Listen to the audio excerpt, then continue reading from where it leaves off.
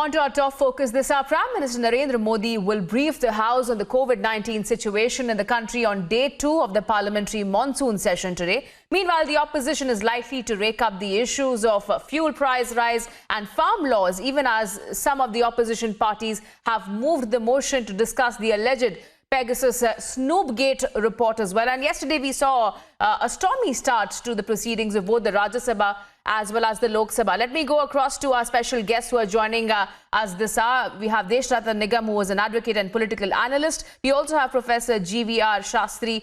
Going to Deshrata Nigam first, if you can help us understand the first day of the proceedings, Deshrata Nigam, was certainly a bit of a stormy start for the parliamentary proceedings. We saw the relevant issues that were being raised by the opposition members. The Prime Minister also had stood up to speak, but he was also disrupted in middle by the opposition leaders. Help us understand what can we expect out of the day 2. We are expecting that the Prime Minister will be briefing the House on the current COVID situation in the country and as well as the country's vaccination policy as well.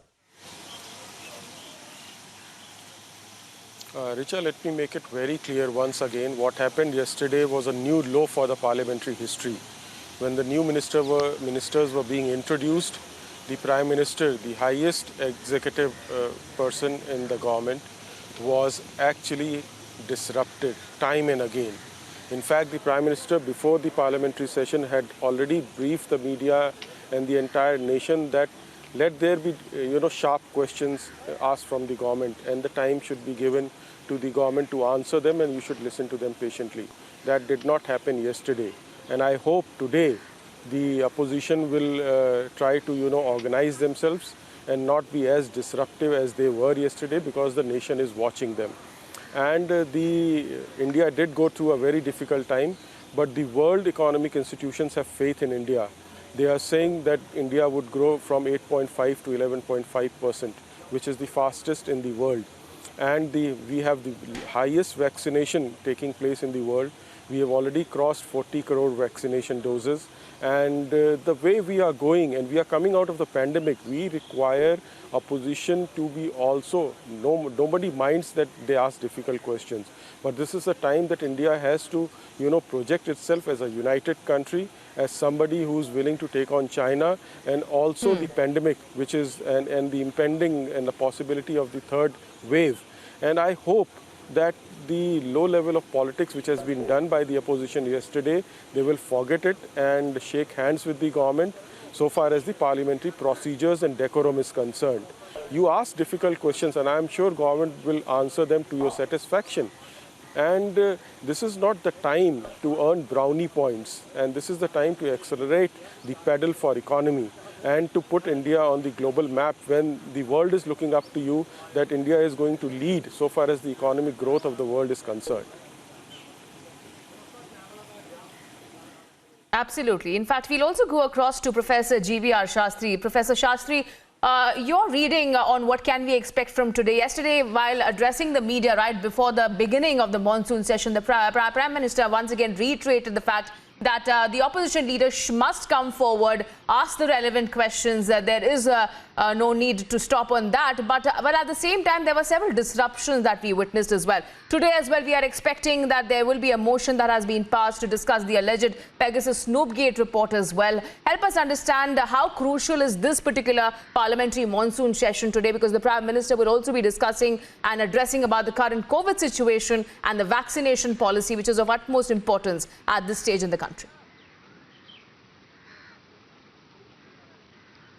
Yeah, good morning. This is a very, very important and abnormal situation in front of the nation that we have 4 S. One is the situation and the solution, and as well as the scenario and the simulation. All 4 are in front of the nation, and the political parties, I agree that the political parties should not represent political party, they should represent India. Because these 4S is very, very important. You have a situation like the economical situation is most critical time, as well as the solution is concerned. We required a comprehensive and a very effective solution for to tackle the COVID.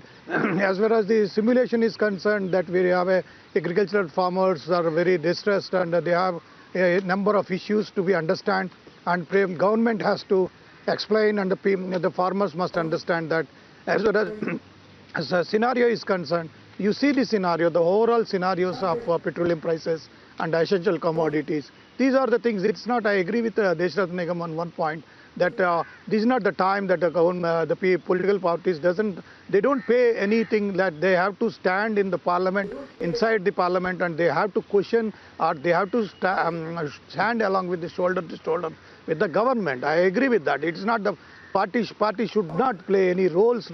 There is no role parties to play. This nation needs these 4 S to be addressed, and this is their basic duty and the primary duty, including I charge one thing with the Treasury branches is that they should also feel the pain and the agony of the entire nation, along with the opposition parties. And opposition parties, what they are expressing is, there may be, the way they are expressing absolutely wrong. They should not leave the parliament, or they should not leave the house, and they must ensure that, they should raise this, because this is an abnormal situation in front of the nation. And it is their responsibility and liability towards the people that they have given an optimum solution for this nation, because nation and the people are eagerly waiting. Because you see the unemployment, you see the middle class, lower middle class, farmers, everybody is affected. Everybody is affected last 16-18 months.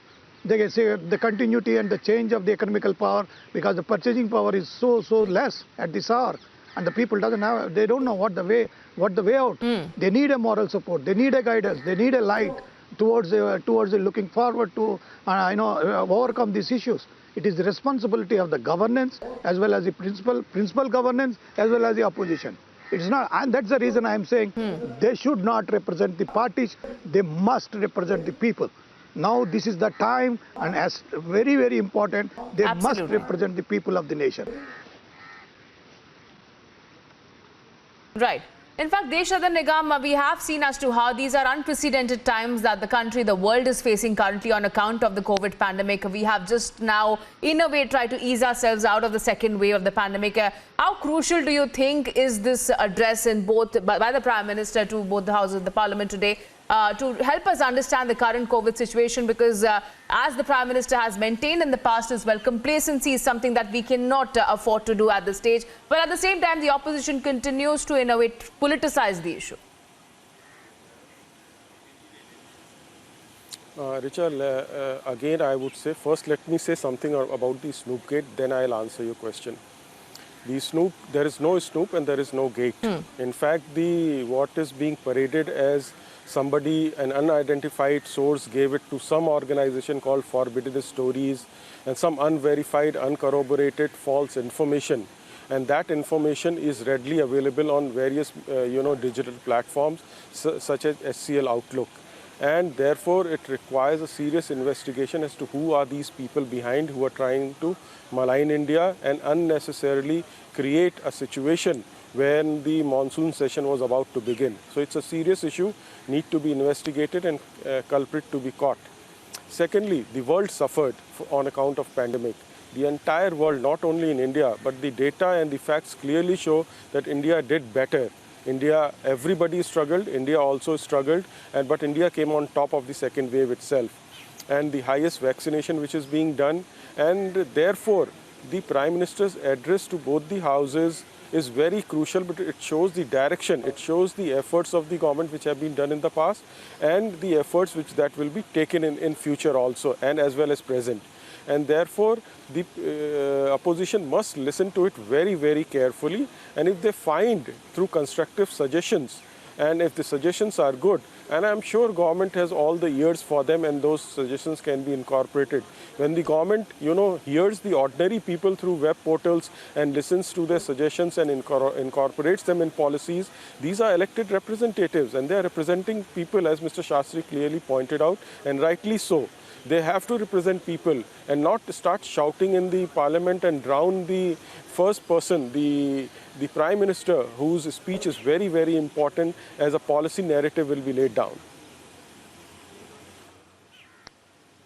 Absolutely. In fact, Mr. Shastri, as rightly pointed out by Deshrat Nigam, the opposition is, in a way, already had started raking up the issues of fuel price hike, farm laws, or the COVID vaccination policy in the country. And now the opposition has another issue of moving a motion against the alleged Pegasus Snoop Gate report.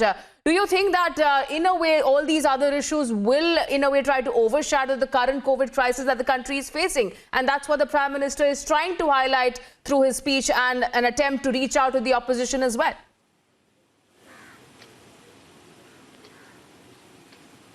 See, I think the Prime Minister, it's not the Prime Minister or something, it's a floor of the House. The floor of the House, if any ambiguity is there, that the Home Minister can address as far as that part is concerned. That's not an issue.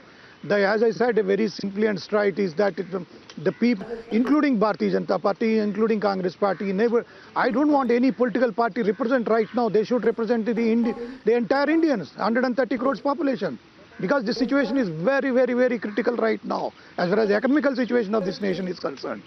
People are not understanding that there is a massive crunch and liquidity crunch as far as the credit policy is concerned, the banking system is concerned, the agricultural turmoil is concerned. Agricultural farmers are in a very bad shape. They need a proper support. The support is must. The credit is required for the all small, medium scale enterprises, including businessmen. There are so many powerful issues in front of the nation representing the people. Then they should not represent the political parties. That is what from the first line itself I am telling you, that nobody, including BJP, forget about anybody, all the 544 parliamentarians must stand united to see that this abnormal situation is overcome. Because this is the time we have to shoulder to shoulder, they have to stand in front of the nation. This nation isn't suffering, this nation is in a bad shape. They all are really crying. It's in a crying mode. This nation is mourned every day. 1,000 people, 700 people, 2,000 people, 4,000 people, 5,000 people died. We mourned. Today also we are mourning for more than 600, 500 people died with the corona. This is the entire nation. Every day we are mourning. Don't you think this is the responsibility of the elected representatives to understand this gravity? The gravity is much higher. I appeal to all the opposition. There is no point of opposition party. Right. They should understand, first of all, they should behave like a citizens. Right. It is not that. I urge them. I ensure that it is not. They are not supporting the Prime Minister or a BJP. They are supporting the nation. The need of the hour. Right. They all must come forward and support the nation. That is what my line. In fact, Professor Shastri, very valid points that you're making there. One short answer from Deshratan Nigam as well. Yes, sir, please go ahead. In fact, Richa, if you look at the positives, we have challenges that there is no doubt about it. But India is capable of meeting those challenges. The sale of petroleum products have gone back to the pre-pandemic of July 2019 level. In fact, it is 3.44% more than that. And your forex reserves has gone across 600 billion. And your exports have also risen. So trajectory of the economic, recovery is on the right path. And therefore, nobody is denying that there are challenges that the pandemic has thrown to all of us. The entire world, they are still suffering. Nobody has been able to, come out. The economic growth rate is in the negative. India's at least now is on the positive side. And that is where I want the opposition to play its constructive role, not it play in the hands of some of the foreign powers, including China, which is trying its best. And therefore, the time has come that you rise above the petty politics and you stick to your ideology, no doubt, but your suggestions have to be constructive. As Prime Minister clearly said, your questions have to be very penetrative and sharp and difficult, as difficult you may like them. But you must listen to the government, what they have done. All right. Thank you so much to both our guests for joining us. All eyes on the Prime Minister's address today on day 2 of the monsoon session.